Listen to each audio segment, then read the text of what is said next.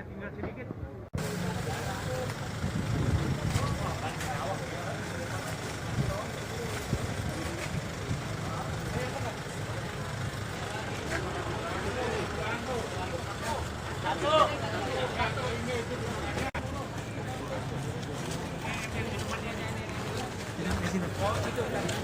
Jenis sabu ratusan kilogram yang dibawa dengan truk besar dan disembunyikan dalam karung berisi jagung.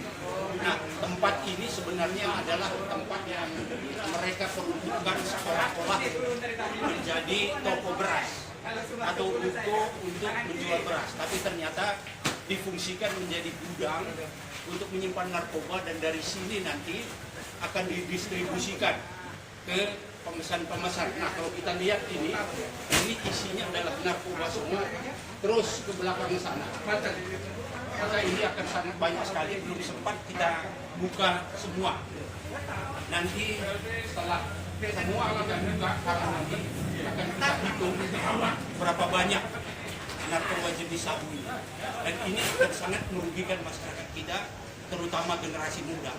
Kita sikat terus narkoba, kalau perlu hancurkan dengan orangnya. Aceh.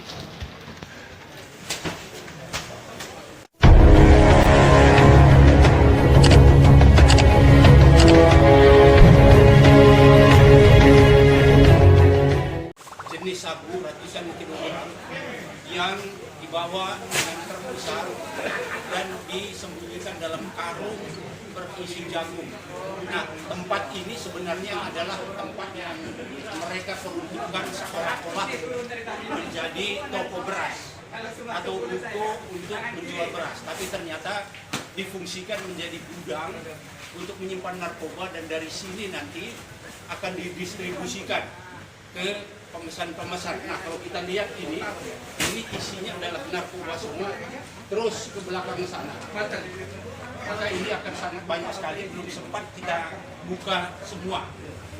Nanti setelah semua kita buka, karena nanti akan kita hitung berapa banyak narkoba jenis sabu ini. Dan ini akan sangat merugikan masyarakat kita, terutama generasi muda. Kita sikat terus narkoba, kalau perlu hancurkan dengan orangnya. Aceh.